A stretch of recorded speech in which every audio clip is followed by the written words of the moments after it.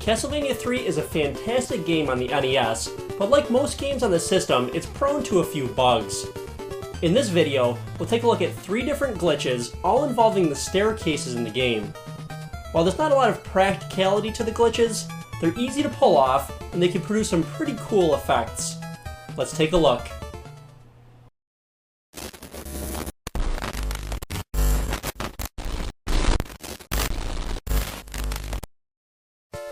The first glitch we'll take a look at is the easiest to pull off, and can be done on stage A3 just before the final battle with Dracula. Start to climb up the staircase until the screen begins to scroll, then move back down toward the bottom. Make sure you stay on the staircase and repeat the process 3 times.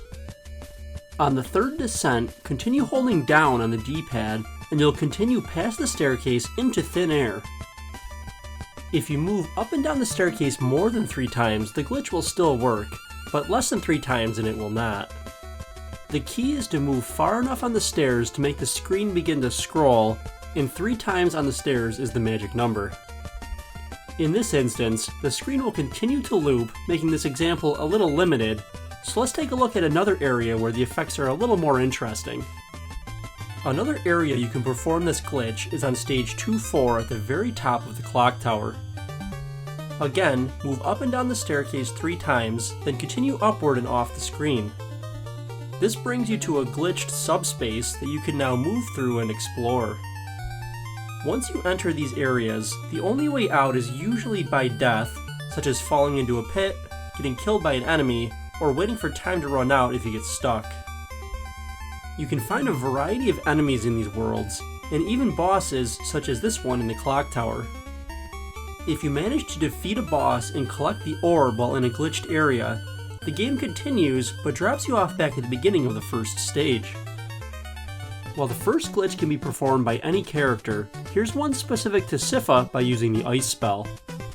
This example I'm showing is on stage 6A, but it can be performed anywhere you find an enemy at the bottom of a staircase. To pull this off, you need to freeze an enemy or projectile at the very bottom of the stairs. Then, when you try to ascend the stairs, you'll get dislodged from the staircase and can climb while separated from the surface. Like the previous glitch, you can travel beyond the staircase and off the screen. This example ends with the character quickly getting stuck, but another area you can perform this glitch is in stage 7A. Here you can freeze a fireball at the bottom of the stairs, which will again bump you above the staircase and allow you to travel past the top of the case. You can't get very far here, but at least you don't get stuck this time.